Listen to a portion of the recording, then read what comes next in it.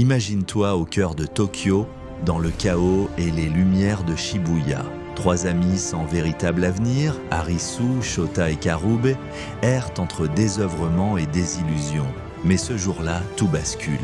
Après avoir provoqué un incident sur la célèbre place de Shibuya Crossing, ils fuient les policiers et se cachent dans les toilettes publiques. Quand ils en ressortent, la ville est déserte. Plus de voitures, plus de passants, plus un seul bruit. Tokyo est vide. Très vite, ils découvrent qu'ils ne sont pas seuls. Un panneau lumineux s'allume au loin, leur ordonnant de participer à un jeu. Leur premier test s'appelle Dead or Alive. 2 portes. L'une mène à la vie, l'autre à la mort. Refuser de jouer, c'est mourir sur le champ.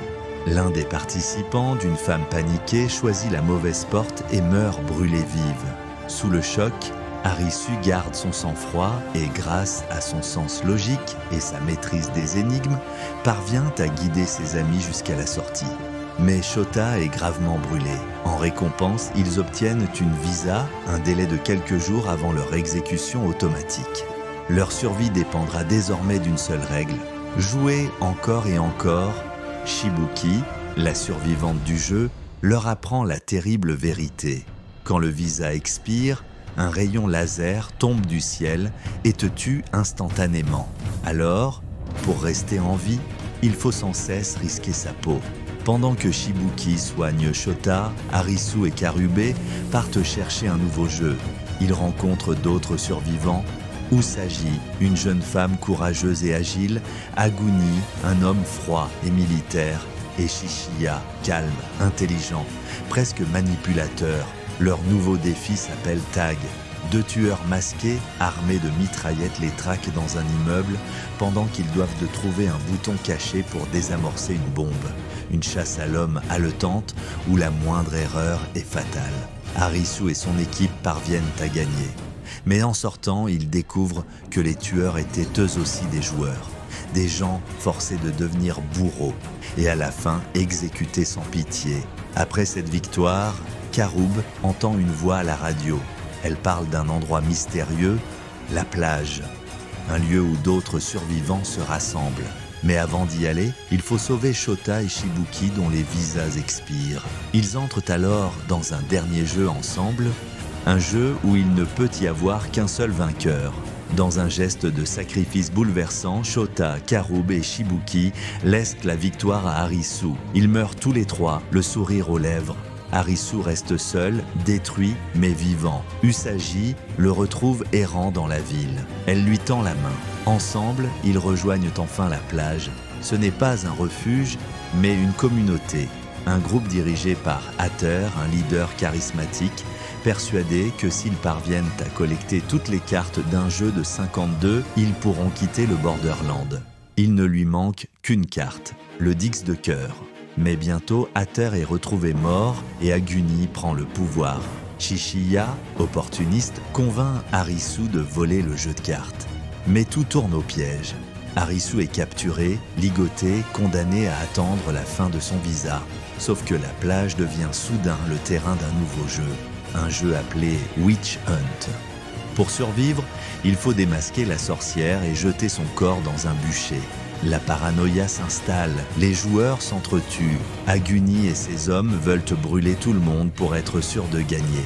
Usagi libère Arisu. Et ensemble, ils découvrent la vérité. La sorcière n'est autre que Momoka, la première victime. Elle s'est sacrifiée pour mettre fin au carnage.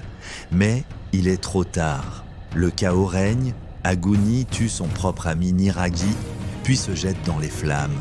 Arisu et Usagi parviennent à mettre le corps de Momoka dans le feu, terminant le jeu. Leur victoire leur apporte le Dix de cœur et surtout la vérité. Momoka n'était pas une simple joueuse mais une dealer, une organisatrice des jeux. Grâce à son téléphone, Arisu découvre une base souterraine remplie de caméras et de cadavres. Les maîtres du jeu sont morts. Et une femme, Mira, apparaît sur les écrans pour annoncer une nouvelle ère de jeu. La chasse aux cartes visages va commencer. La saison 2 débute en plein chaos. Les survivants sont traqués à travers tout Tokyo par le roi de pique. un tueur invincible armé d'une mitrailleuse. Arisu, Usagi, Kuina et Shishiya se regroupent avec Tata et Anne. Mais la fusillade les sépare. Arisu et Usagi trouvent refuge ensemble. Dans la solitude et la peur, ils se rapprochent. Arisu veut retourner dans le monde réel. Usagi, elle, pleure son père et ne veut plus y retourner. Mais ils n'ont pas le choix. Pour échapper au roi de pique, ils doivent jouer un autre jeu. Ils entrent dans le jeu du roi de trèfle, appelé Osmosis.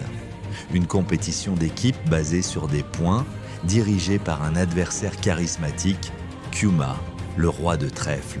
Un ancien joueur, aujourd'hui citoyen du Borderland. Il joue non pas pour vivre, mais pour l'honneur. Le jeu est intense, presque musical. Kyuma et son équipe dominent, mais Arisu trouve une faille. Son ami Tata se coupe la main pour lui transférer ses points. Grâce à ce sacrifice, Arisu l'emporte d'une courte avance. Kyuma, digne, accepte la mort. Tata, lui, meurt dans les bras de ses amis. Le deuil ronge Arisu. Il commence à douter. Et s'il gagnait, juste pour devenir eux aussi des citoyens, prisonniers à jamais, mais Kuina refuse d'abandonner. Elle se bat seule dans le jeu du valet de pique, puis retrouve Anne dans celui de la reine de cœur. Elles gagnent ensemble, unies. Shishiya, de son côté, se retrouve enfermée dans une prison pour le jeu du valet de cœur. Chaque joueur doit deviner la carte accrochée dans son dos. Un mensonge et c'est la mort. Shishiya manipule les autres avec intelligence et finit par démasquer le vrai valet. Puis il remporte le roi de carreau dans un autre jeu de stratégie pure. Pendant ce temps, Arisu et Usagi participent au jeu de la reine de pique, un match de checkmate où les joueurs changent d'équipe à chaque contact. Peu à peu, ils rallient les autres survivants, leur redonnent espoir et finissent par renverser la reine. La victoire est totale et leur baiser sincère, mais il reste deux cartes, le roi de pique et la reine de cœur. L'affrontement final approche. Le roi de pique refait surface, prêt à exterminer les derniers survivants. Aguni, miraculeusement vivant, combat à leur côté pour se racheter. Dans une bataille épique à travers les ruines de Tokyo, Arisu, Usagi, Kuina, Anne, Shishiya et Aguni unissent leurs forces. Le roi de pique tombe. Tous sont blessés mais vivants. Et alors que le silence retombe, Arisu et Usagi s'avancent vers le dernier jeu. La reine de cœur les attend, c'est Mira. Leur ultime épreuve, une partie de croquet. Mais le véritable jeu, c'est mental. Mira tente de briser Arisu. Elle lui fait croire que tout cela n'est qu'un délire d'hôpital psychiatrique. Que ses amis, les jeux, le sang, tout cela n'existe pas. Usagi comprend qu'il se perd. Alors, elle s'ouvre les veines devant lui, prête à mourir pour lui prouver que leur lien est réel. Ce geste réveille Arisu. Mira sourit. Elle a perdu. Elle accepte sa mort paisiblement. Le dernier jeu est terminé, toutes les cartes sont réunies, Arisu et les autres sont enfin libres. Ils se réveillent dans un hôpital, Tokyo, de nouveau, ils ont survécu à une explosion de météorites. Le Borderland n'était qu'une frontière entre la vie et la mort. Les morts des jeux sont réellement morts dans l'explosion. Les survivants, eux, n'ont gardé aucun souvenir. Arisu et Usagi se croisent, comme des étrangers. Mais quelque chose les attire l'un vers l'autre. Une sensation familière, presque magique. Ils se sourient, repartent ensemble. Et sur une table, une carte, le Joker, un dernier mystère, une promesse. Le jeu n'est peut-être pas vraiment terminé.